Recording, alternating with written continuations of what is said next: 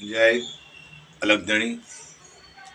આપણે આજે ઘણી જગ્યાએ ઘણા મનુષ્યો એવું કહેતા હોય, ત્યારે સંતો મહાપુરુષો સદગુરુનું કહેવું એવું હોય કે આ મનુષ્ય અવતાર છે ને કટી પતંગ છે, અને કટી પતંગ કહેવામાં આવે છે. કારણ કે કટી પતંગ એટલે આ મનુષ્ય અવતારની દોરી આપણા હાથમાં નથી. મનુષ્ય અવતાર જે છે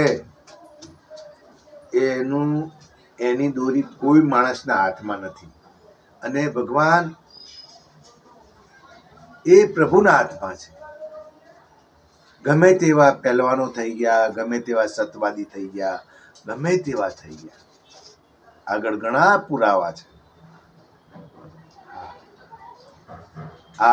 આગળ ઘણા પુરાવા છે, ઘણી સતીઓ થઈ ગઈ. કારણ કે જો આપણા હાથમાં આ કટી પતંગ, આ મનુષ્ય અવતારમાં એની જીવનની દોરી મારા હાથમાં હોત ને તો સરસ્વતી સતી, એક સતી માતા થઈ ગઈ. એ એના પતિનો યમદૂત એનો આત્મા લઈ ગયા હતા, ત્યારે એ સતી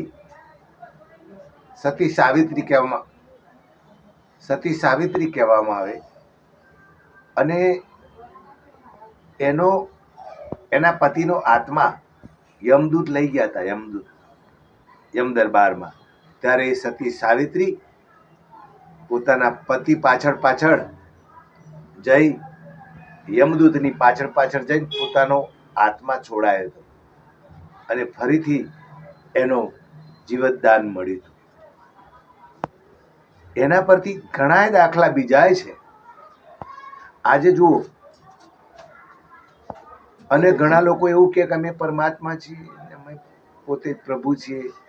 અરે ભાઈ, ગામમાં સરપંચ હોય ને એને સરપંચ કહેવાય, પછી ઉપ સરપંચ હોય, ડેપ્યુટી સરપંચ, ઉપસરપંચ, પ્રમુખ અને ઉપપ્રમુખ બે આવે.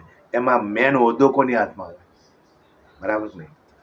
આ જગતની અંદર મેન હોદ્દો, જગતનો પાલનહાર કરનાર કોણ છે? એધી વેધી ઉપાધિ અને તનની મનની અંતરની દોરી, જગતની આખા વિશ્વની દોરી જેના હાથમાં છે.